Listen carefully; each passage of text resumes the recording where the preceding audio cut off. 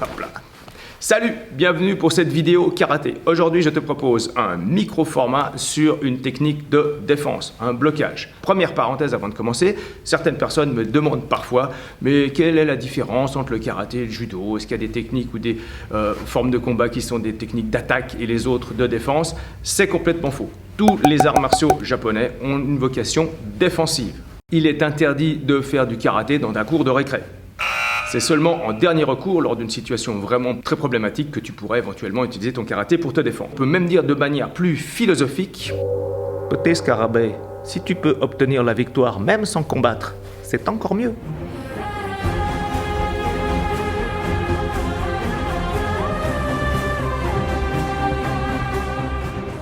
Passons donc au blocage qu'on va regarder aujourd'hui, le Hage-Uke. Hage signifie vers le haut ou en remontant, Uke blocage. Donc aujourd'hui, on va voir le blocage vers le haut.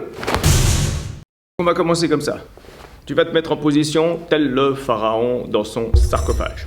Les bras croisés devant toi. Et ensuite, c'est tout simple, il suffit de monter le bras vers le haut. Jusqu'où va ton bras? Essaye d'imaginer que tu as une montre au poignet et que tu dois pouvoir lire l'heure. C'est le meilleur moyen d'avoir le bras au bon endroit. Si tu n'imagines pas ça, tu risques d'avoir la tête collée au bras ou le bras qui va trop loin derrière. Donc, l'heure, what time is it? Et c'est bon, on fait du karaté Shotokan grâce à notre ami Gishin Funakoshi, l'inventeur du karaté Shotokan. Dans ce style-là, tous les blocages sont également un petit peu des frappes, frappées vers l'avant. Donc, il faut avoir une composante également vers l'avant, pas seulement ramener vers soi. De là, tu vas partir de ta position pharaon croisée et tchac! Et ensuite, tu remplaces un bras par l'autre en repassant vers ta position pharaon. Et puis, une fois que tu arrives ici, n'hésite pas à laisser un peu tourner tes épaules et tes hanches de manière naturelle. Bien, maintenant, pour être sûr que tu fais ça correctement, je te propose un exercice éducatif. Prends un élastique, attache-le à la hauteur de ton visage, tu vas le tenir avec une main et avec l'autre bras, tu vas faire des Hage-Uke. Tu tires tout droit ton bras vers la hanche et l'autre bras, il monte vers le haut. Tu dois bloquer avec le poignet. Ne prends pas un élastique qui est trop fort, sinon tu auras tendance à lever tes épaules. Il faut que tes épaules restent basses et que tu tournes légèrement le haut du corps. Deuxième exercice, un exercice de réaction. C'est toujours important dans le karaté d'être réactif. Alors pour ce faire, tu prends quelque chose qui va pouvoir te permettre d'avoir une couleur dans main droite, une couleur dans main gauche. Ici, des ceintures. Je vais enrouler ma ceinture autour de ma main. C'est comme ça en compétition, rouge à droite, bleu à gauche.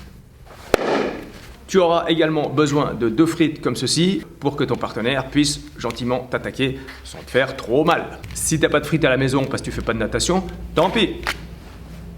Utilise ton imagination, trouve autre chose, un parapluie, un bâton souple. Donc voilà, ton partenaire il se tient en face de toi avec les frites au-dessus de la tête et quand il va abaisser une des frites pour t'attaquer, tu devras lever le bon bras, la bonne couleur pour faire ton Hage-Uke. C'est un exercice à la fois de réaction mais aussi à la fois de latéralisation. Il faut faire juste en fonction de la frite qu'utilise ton partenaire. C'est pas commun que quelqu'un t'attaque avec une frite par-dessus la tête, je suis d'accord avec toi.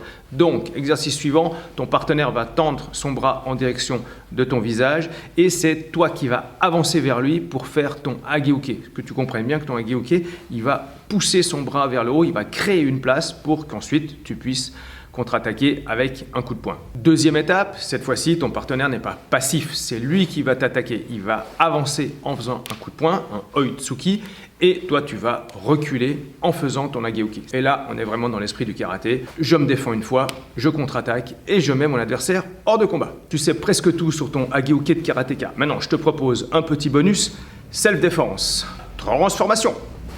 Voilà, j'ai tombé le kimono, parce que le jour où tu fais de la self-défense, tu n'auras pas le temps de mettre ton kimono. Le principe du Hage-Uke en self-défense, c'est garder la même forme technique de ton Hage-Uke, la placer un petit peu différemment par rapport à ton adversaire, et donc obtenir une technique de self-défense. Si un adversaire t'attaque au visage, tu vas faire un premier blocage vers le haut, saisir le bras qui t'a agressé et remettre un deuxième Hage-Uke qui cette fois-ci sera une frappe sous le menton. Et c'est là le secret. En fait, tous les blocages peuvent devenir aussi des attaques.